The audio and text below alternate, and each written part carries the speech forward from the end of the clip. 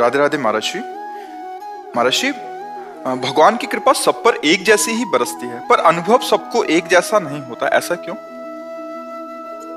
एक पिता अपने 4 पुत्र थे तो बाजार से जाके गरम गरम जलेबी लाया, चारों को बांट दिया। 3 खाने लगे, एक दौड़ के गया पिता की गोद में चढ़ के और उनको मुंह में ऐसे पवाने लगा। अब उस पिता ने उसके हाथ से जलेबी ले ली और उसको गोद में बैठालकर अपने हाथ से जलेबी पवा रहा है। क्या पिता का प्रेम चारों के प्रति समान नहीं है क्या? है ना? लेकिन इस समय प्रेम दिखाई दे रहा है ना एक बालक में। क्यों? क्योंकि पिता के द्वारा दी हुई वस्तु पिता को ही समर्पित करने की भावना आई तो वो पिता का लाडला बन गया। तो दियम वस्तु गोविंदम तो भ्रमेव समर्पये। जो भगवान के द्वारा संपूर्ण वैभव, शरीर, प्राण, मन, बुद्धि जो मिला है वो भगवान को अर्पित करके अपने कर्तव्य का पालन करते हुए भगवान की सेवा की भावना से रत है, वो भगवान का विशेष कृपा पात्र होगा। एक बात भगवान में है, समोहम सर्वभूतेषु, मैं समान रूप से सब भूतों में विराजमान हूँ। अगर भगवान को आप दुश्मन भाव से भजो तो भगवान आपको दुश्मन के रूप में दिखाई देंगे। भगवान को आप काम भाव से भजो तो कामिनी के रूप में दिखाई देंगे।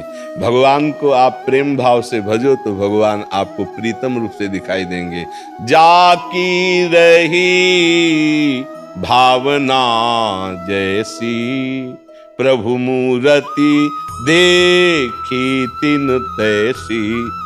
भावना का सारा खेल है, सब पर मोर बराबर दया। भगवान का समान भाव, जैसे समान पुत्रों पर प्यार रहता है, पर पुत्र के आचरण और दुराचरण ये पिता की कृपा और अकृपा का कारण बन जाते हैं। जो भगवान की आज्ञा के विरुद्ध मनमानी पापाचरण करते, तिनकर काल रूप में भ्राता, मैं उनके लिए काल स्वरूप होकर दंड देता हूं। और जिनो धर्मानुकूल चलते हैं तो करो सदा तिन कै रखवारी, जिम बालक राखे महतारी। दोनों बातें शास्त्रों में पाई गई है।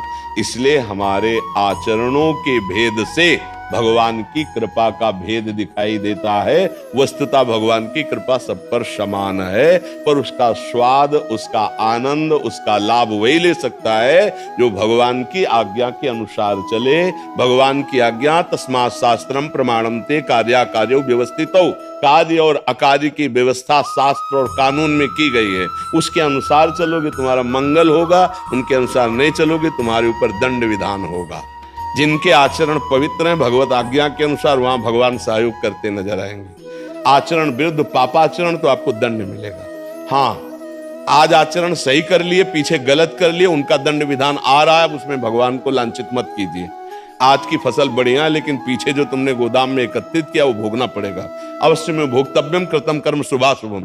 तभी भक्ति शुरू होती है और विपत्ति आने लगती तो कहते भगवान के अन्याय नहीं। पीछे बमूल बोया है तो अब कांटे लगेंगे, दाग छुहारा खाने को नहीं मिलेगा।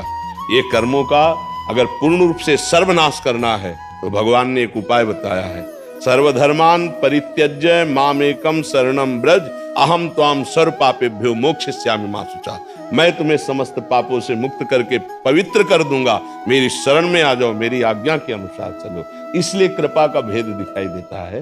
वस्तुतः कृपा अभेद है, सबके ऊपर है, पर जैसा जो आचरण करता है वैसा उसको कृपा का स्वरूप अनुभव में आता है। भगवान कृपा ही करते हैं, जो भगवान से दुश्मनी करते हैं भगवान दुश्मन रूप में दिखाई देते हैं, पर उन पर कृपा करते हैं। जो बड़े बड़े ऋषि मुनियों को तपस्या से पद प्राप्त होना दुर्लभ होता है, वो भगवान उनको मार के परम पद दिए।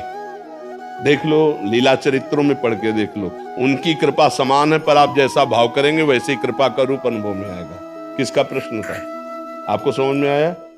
महर्षि, एक बार आपने सत्संग में स्वामी राम सुखदास जी की वाणी जी में इसका वर्णन किया था कि जैसे बारिश होती है तो समान रूप पे एक ही जगह जो चम्मच लेके खड़ा है उसका चम्मच ही भरेगा, और एक परात लेके खड़ा है और एक बहुत बड़ा पात्र लेके खड़ा है तो बिल्कुल वैसे ही जैसा अंदर भाव होता है वैसे ही कृपा का पात्र बनता है, कृपा का पात्र।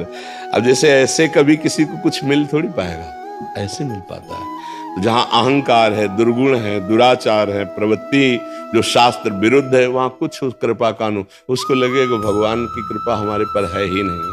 और जो दैन्य है, सदाचरण करता है, कर्तव्य का पालन करता है, प्रतिपल अनुभव होता है कि भगवान की हमारे ऊपर कृपा है। असत आचरण करने वाले को तो लगेगा ही नहीं कि भगवान है भी, क्योंकि हृदय मलिन है, उसको ऐसा अनुभव नहीं होगा। सदाचरण करोगे तो आपको अनुभव होने लगेगा भगवान हमारे साथ है, हर कदम में हमारी रक्षा करते हैं, ऐसा अनुभव में आने लगेगा।